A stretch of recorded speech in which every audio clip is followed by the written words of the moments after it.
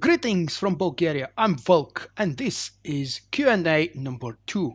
In today's Q&A, I have collected some of the most interesting questions posted all over YouTube, Twitter, Facebook, personal messages and whatever else you can find Volk. Question posted to me or question posted with my name attached to them. These are all questions that were posted in between the brackets of 1st November and the 31st of November, so you can accept this as a monthly Q&A session. We have all variations of Marauder, Sentinel questions, class questions, patch 4.0 questions, previous patches, general SWTOR stuff, and some other things that are not directly related to the game. Shall we begin?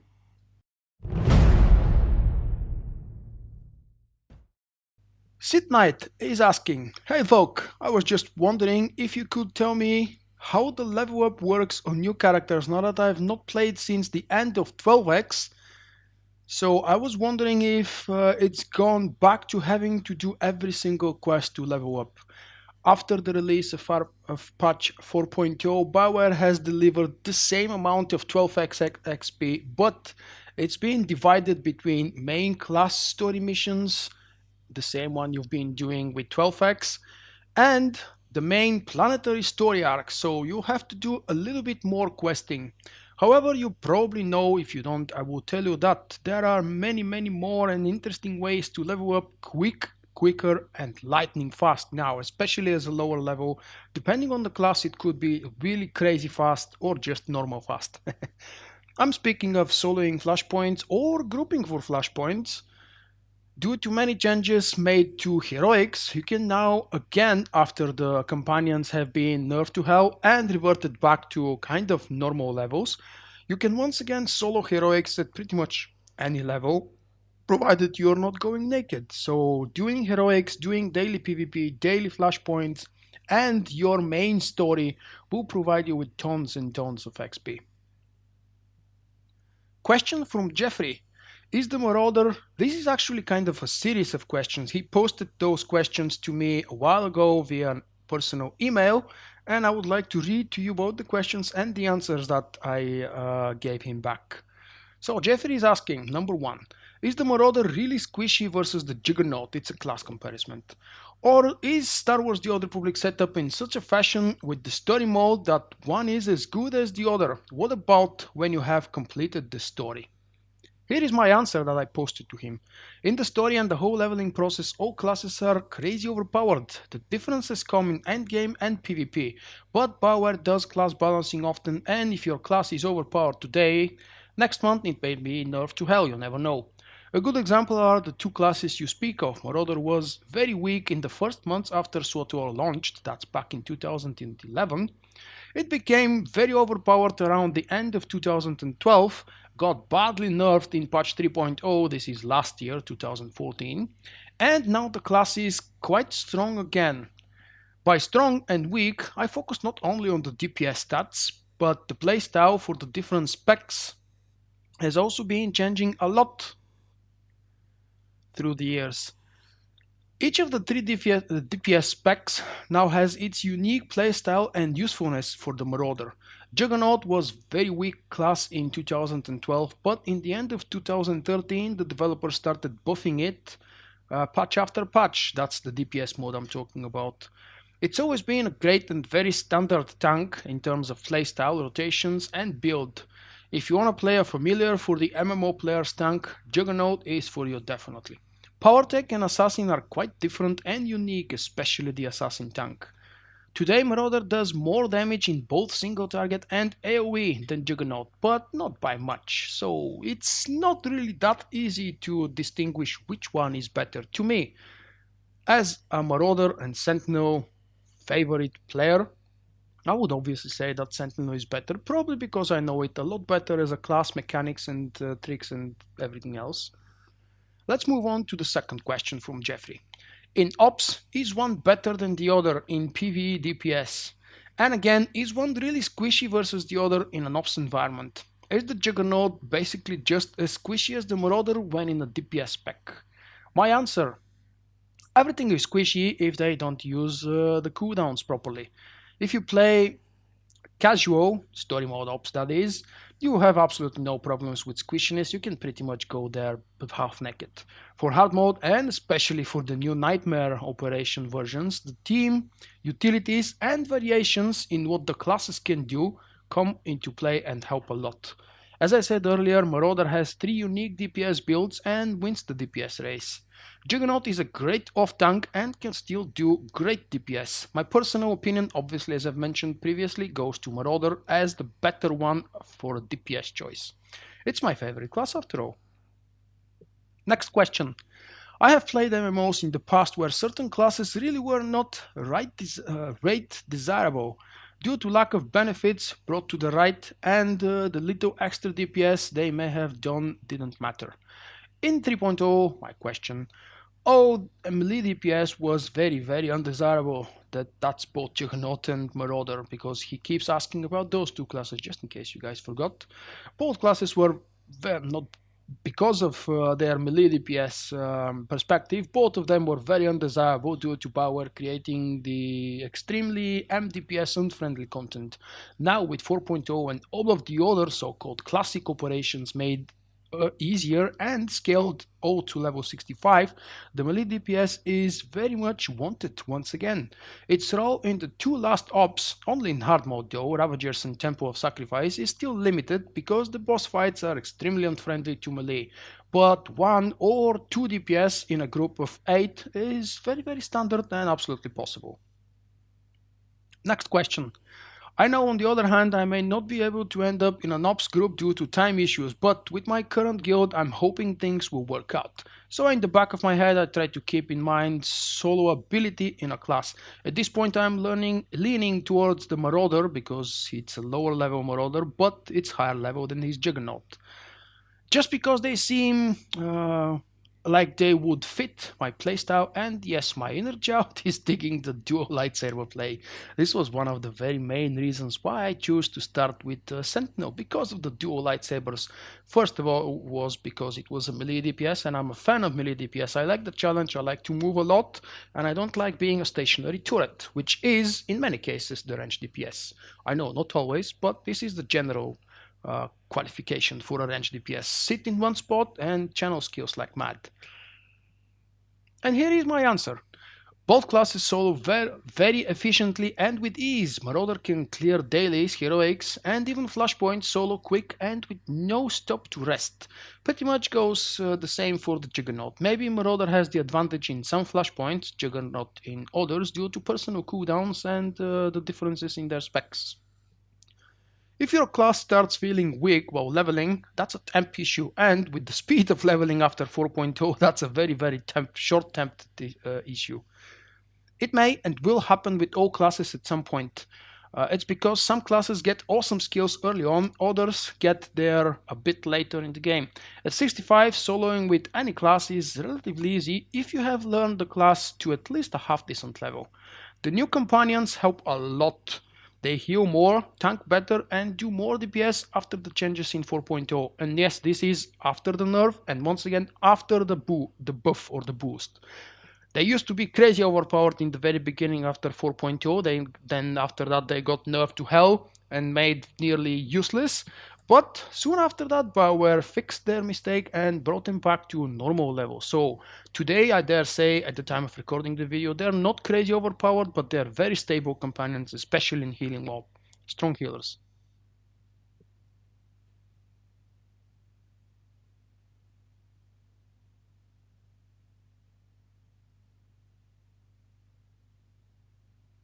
This is the pack of questions from Jeffrey. We move on. Question from Ibrahim. I have to buy CD key and 30-day code for 60-day subscription code. Or should I just buy 60 days code and it will work directly? Because it says if you want to activate prepaid time card code, you should activate CD key plus 30 days. This is something very specific, and because this has been asked like 20 times already in personal messages and all over Twitter and Facebook, I would like to once and forever make it clear. This is about the special codes that are usually most of the time, if not all the time, seriously discounted and always on a great deal on G2A. That's why I'm linking and advertising G2A, because they sell things very cheaply. And under some of them, you might see, especially now, the Outlander pack is available. It might not be when you watch the video, because it's often out of stock. But if you see it available, it's like half price compared to the origin retail price of this item. It's still a digital CD key that you have to claim, and there is a description how to claim it and so on. But in this very same item, on the top, it says that you have to purchase a $5 original game unlock, which contains the 30 days. You do not need to do that. This is just, how should I put it, very aggressive advertising on the part of G2A, something like GoDaddy. If you know GoDaddy, you know how aggressive they are with advertising extra things to purchase. The next question comes from Salgueiro Senzala. Hi Volk, I know you're great hardware, but can you tell me how are the FPS look like in... Oh yeah, I will have to probably read it twice because it's not very well structured very well. The question is about frames per second and how it behaves in operations in PvP for my specific hardware. If you don't know my hardware, I've posted it on Twitch and in a special article with links to items and their pricing and availability on Amazon. The article you can find on my website. Pretty much SWTOR doesn't run smooth on anything. It doesn't matter what you purchase, it doesn't matter how much money you throw, the game will never run smoothly. I personally see frame rates all over the place. I've played with 15 up all the way to 100 depending on what I do. Some bosses, you may have an 8-man team or a 16-man team, but you will always struggle with FPS. The first that comes to my mind is Thrasher, third boss from Scum of Villainy. Really doesn't matter what you do and what kind of effects and animation and graphical settings you pick. This boss is an FPS dropper. It may not seem like a lot to you, but pay attention to what your FPS is outside of this boss arena and what you get inside, especially after you start the fight. The game's engine is crap, and even my hardware is coughing blood from time to time. Yes, often. In PvP as well. PvP after 4.0 has been more laggy than ever before. I can't say if it's because there are even more new abilities added and available to all players. I've pretty much not done any low-level PvP. I think maybe just a couple of war zones with my level 50-something Marauder. But that's it. Moving on to the next question. Ponyrim asks, do you need to be a subscriber to use the level 60 character creation token? No, everything from the store is available to everybody. However, when you purchase a token, you will get a level 60 character, but without being a subscriber and without owning the expansions, you will pretty much not be able to level up that level 60 character. You might be able to craft stuff. If that's the case, why you would want to purchase it? Pretty much you will have that character being stationary. You won't be able to do story with him, you won't be able to progress further with 61 and so on. You won't be able to do Fallen Empire because you have to be a subscriber to get the unlock for the new content. Question from Nelson Ortiz. Hey Vogue, would you be kind enough to link me your user interface? I downloaded the last one you uploaded, but it's from 2014 and the one you have now looks better. Yes, I have updated my user interface and I actually posted him an answer on YouTube with the newest link. You can find my user interface first on my website if you try the search option on the top right corner of the main menu, or if you go to, what was the website, SWTORUI.com, I believe. You can just browse through the Jedi Knight user interfaces or just search for Vulk, or even easier, type in Google SWTOR UI Vulk and the first option is probably going to be the one you're looking for. I have also attached in the new version 4.0 of my UI the shortcut combination, my keybinds. So give it a try if you'd like. If you've never played with keybinds, well, I don't know if mine would seem logical to you. Every person has their own keybinds and it's not always the best idea to copy someone else's, but it all depends on you and what you want to do. The next question comes from Vremon Abo. Are you planning on doing this for concentration and combat too? Other classes, Commando Assassin. Nice work on this one. This is a comment left on my, I believe, I'm not mistaken, because I copied over the comment, but I forgot to link where it is from. This must be a question under one of my recent guides, and most likely for my Watchman Sentinel and Annihilation Marauder guide. Yes, I'm still planning to do a combat video, and most likely I want to do it, but I don't know when and how much time I'll have. I want to finish the written version of my Combat 4.0 Sentinel and Carnage 4.0 Marauder written guides and hopefully video guides as well. I've been postponing and delaying the publishing of these videos for a long time now because, let me be honest with you guys, I was expecting a lot more attention for the video guide of the Watchman Sentinel that I published. The written version of the guide got a huge attention, and I'm very thankful for that. So far, pretty much everybody who posted to me something or left me a comment has been always positive, and it seems that the guide was very helpful to all of you. I'm very glad to hear that, but I was hoping that the video guide for the Watchman Sentinel would get more attention and more people would be interested in those, because, you know, making a video guide is not like making a gameplay video. So 10 minutes of video guide is worth like probably 10 gameplay videos with the duration of 10 minutes, roughly said, maybe sometimes even longer. That's one of the reasons why I've been postponing the Combat Sentinel video. For the first couple weeks, it was because I needed more testing and more gear. Now I have the gear and I've done more than enough testing, but I need to find like 23 hours, probably 1 or 2 days, maybe a whole weekend to do that video. And I just can't find it at the moment. You know about my obsession with The Witcher 3 again. I had that obsession like 3 months ago and I have it again. So forgive me. I promise the video will be available at some point, but hopefully that point will be before the holiday. And then we have a question from Shinji Kitamura. Just writing to ask you a little question. I'm new to SWTOR and I wanted to create the Sith Marauder. However, I cannot decide between Carnage and Annihilation specs, even though I've read some guides and stuff about them. So my question is, which spec do you think is more user-friendly, Carnage or Annihilation? The quickest and most simplest answer is absolutely Carnage. Carnage is the more user-friendly for everything. For leveling, it's absolutely the king. I know that some would say they love the third spec, Fury or Concentration. No, it's fun until the special point when you actually realize that it's really underperforming. It's fun in PvP, but it's not optimal for PvE leveling and for PvE farming solo stuff. And it's absolutely by far the worst of the 3 available specs for endgame PvE. So pretty much the most fun you can have with the third spec for the Marauder and Sentinel is probably some nice PvP experience. It is underperforming, it is messy, and it's not very well balanced. The skill priorities are crap, the build-up phase is way too long, and the burst phase is not good enough, and it doesn't feel like a real true burst phase. Those of us who play Carnage in Combat, we know what the difference is, and we know why we love Carnage in Combat more than the third one.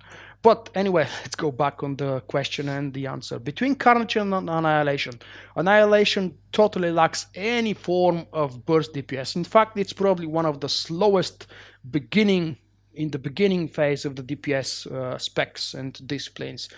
Annihilation is also, in my personal opinion, and it's not just an opinion, but maybe I will exaggerate a little bit so I can really influence you and make you believe it is a horrible spec for leveling.